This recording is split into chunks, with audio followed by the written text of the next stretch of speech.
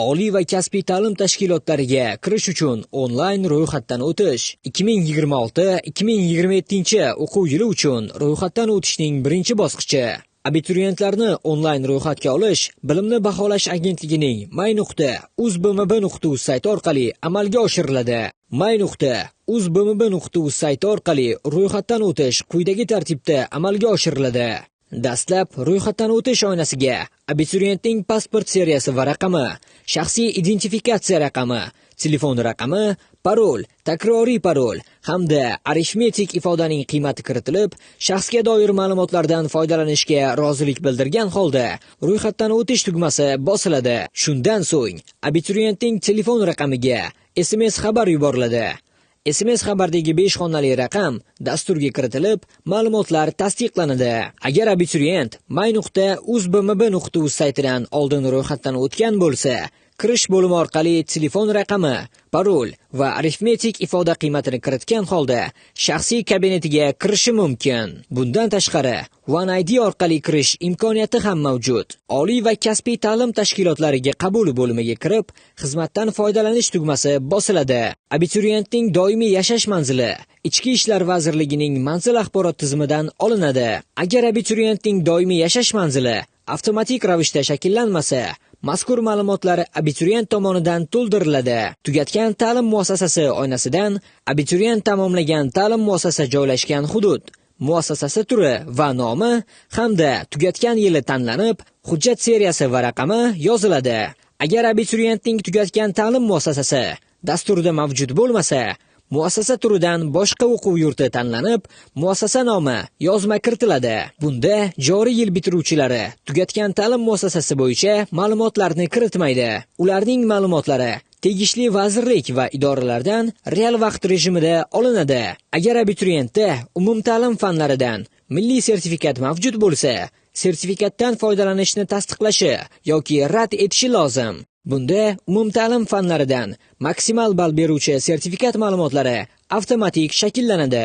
Abituriyentda chet tilidan B1 darajadagi milliy sertifikat mavjud bo'lganda, sertifikatdan foydalanishni tasdiqlashi yoki rad etishi lozim. Chet tilidan B2 va undan yuqori darajadagi milliy sertifikat ma'lumotlari avtomatik ravishda shakllanadi. Abituriyentda chet tilidan yoki umumta'lim fanlaridan xalqaro sertifikat mavjud bo'lsa, xalqaro sertifikatlar bo'limida sertifikat ma'lumotlari kiritiladi.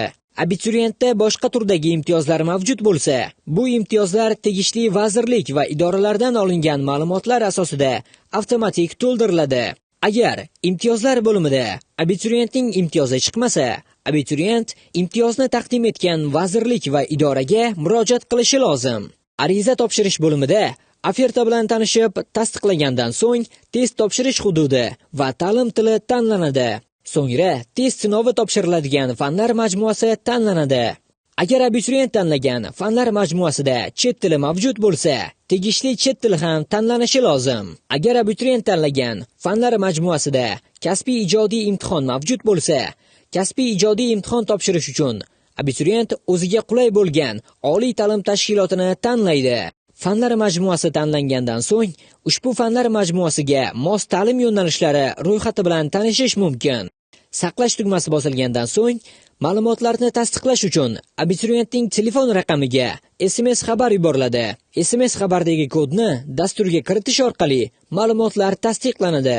Ma'lumotlar tasdiqlangandan so'ng, abituriyent qayd varaqasi shakllanadi. Qayd varaqada abituriyentning shaxsiy ma'lumotlari, imtihon ma'lumotlari, imtiyozlari, abituriyentlarga eslatma va abituriyent ro'yxatga olingan vaqt aks etgan bo'ladi. Yuklab olish tugmasi orqali abituriyent qayd varaqasini yuklab olishi mumkin. Abituriyentlar ro'yxatdan o'tish muddati tugagunga qadar o'z ma'lumotlarini o'zgartirishlari va qayd varaqasini qayta yuklab olishlari mumkin. Qayd varaqasida test sinovi uchun to'lovni amalga oshirishi kerak bo'lgan abituriyentlarga invoice hosil bo'ladi. To'lovni amalga oshirish bilan ro'yxatdan o'tishning birinchi bosqichi yakunlanadi. To'lovni elektron to'lov tizimlari yoki bank kassalari orqali amalga oshirish mumkin. Bunda nogironligi bo'lgan shaxslar, to'liq davlat ta'minotidagi shaxslar, ijtimoiy himoya yagona reyestri axborot tizimida ro'yxatga olingan shaxslar va ularning farzandlari Yoshlar daftariga kiritilgan yoshlar va ta'lim muassasalarini joriy yilda tugatgan abituriyentlardan to'lov undirilmaydi.